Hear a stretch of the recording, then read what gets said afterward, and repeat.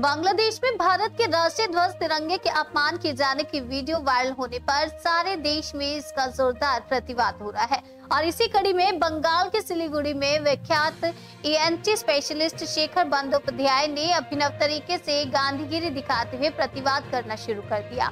उनके चैम्बर के बाहर एक नोटिस लगाया गया है और उसके बगल में भारत का राष्ट्रीय ध्वज तिरंगा भी लगाया गया। बाकायदा मरीज के परिजनों से अपील की गई है कि जो मरीज उन्हें दिखाने के लिए आएंगे उनके और उनके परिजन पहले तिरंगे को सर झुकाकर सम्मान करेंगे, उसके बाद उनके चैम्बर में घुसेंगे। यह हिदायत डॉक्टर ने अपने कर्मचारियों को भी दी है। उन्होंने बाकायदा नोटिस में यह भी लिखा है, जो लोग सर झुकाकर तिरंगे का सम्मान नहीं करेंगे उन्हें या उनके परिजन को वह कोई चिकित्सा परिसेवा नहीं देंगे।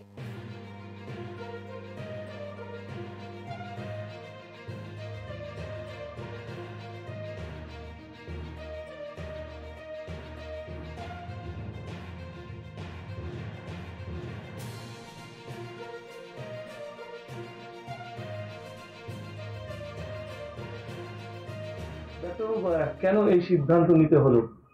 সাম্প্রতিককালে আমাদের জাতীয় পতাকার যে অবমাননা হয়েছে পড়শি দেশ বাংলাদেশে, সেটা আমাকে অত্যন্ত বিচলিত করেছে।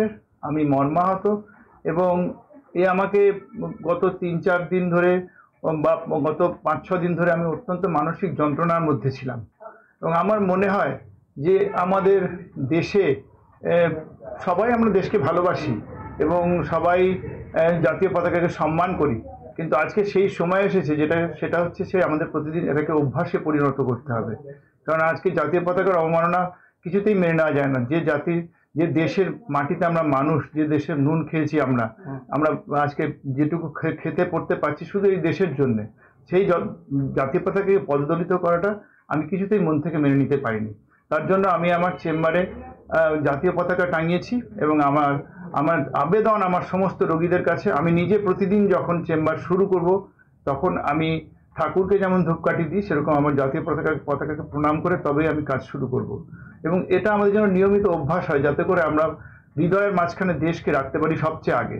আমি কিন্তু সবচেয়ে আগে একজন ভারতীয়, তারপরে চিকিৎসক, এবং চিকিৎসক হিসাবে আমি কিন্তু মানবিক দিক কখনোই উপেক্ষা করতে পারি না। আমি ব্যক্তিগতভাবে শুধু মুখ থেকে বলছি তা নয়, মনের থেকে অনুভব করি যে প্রতিটি রোগী হচ্ছে ঈশ্বরের একটা অঙ্গ এবং তাকে চিকিৎসা দেওয়া আমার কর্তব্য এবং পরম কর্তব্য। এবং সেজন্যই তাদের চিকিৎসা থেকে কাউকে বঞ্চিত করবার জন্য আমি কোনোদিন স্বপ্নেও কল্পনা করতে পারি না। কিন্তু আমার কাছে যখন আমার রোগীরা আসবেন, আমার তাদের কাছে আবেদন, তারা দেশকে সবচেয়ে ওপরে রাখুন, দেশের জাতীয় পতাকাকে প্রণাম করুন এবং তবে আমার কাছে আসুন। তাহলে আমি অত্যন্ত আপনাদের কাছে কৃতজ্ঞ থাকব। এবং আমি যেমন অন্য দেশের পতাকাকে অপমান করার কথা স্বপ্নেও, চরম দুঃস্বপ্নেও ভাবতে পারি না, অন্য দেশের লোকেরাও যখন আমার কাছে আসবেন, সে বাংলাদেশ হোক অন্য যে কোনো দেশের হোক, আমি আশা করব তাদের কাছে আবেদন আমার, তারাও আমার দেশের জাতীয় পতাকাকে প্রণাম করে তবে ঢুকবে। তবে সেটাই আমার কাছে সবচেয়ে আনন্দের দিন হবে। আচ্ছা, আমার নাম প্রিয়াঙ্ক দত্ত, আমি ইউকে লন্ডনের বাসিন্দা। আমার বাড়ি এখানেই, আমার মা বাবা সবাই থাকেন, শাশুড়ি থাকেন। তো শাশুড়ি নিয়ে এখানে ডাক্তারখানায় এসেছি, কালকে আর্টিকেলটা পড়লাম।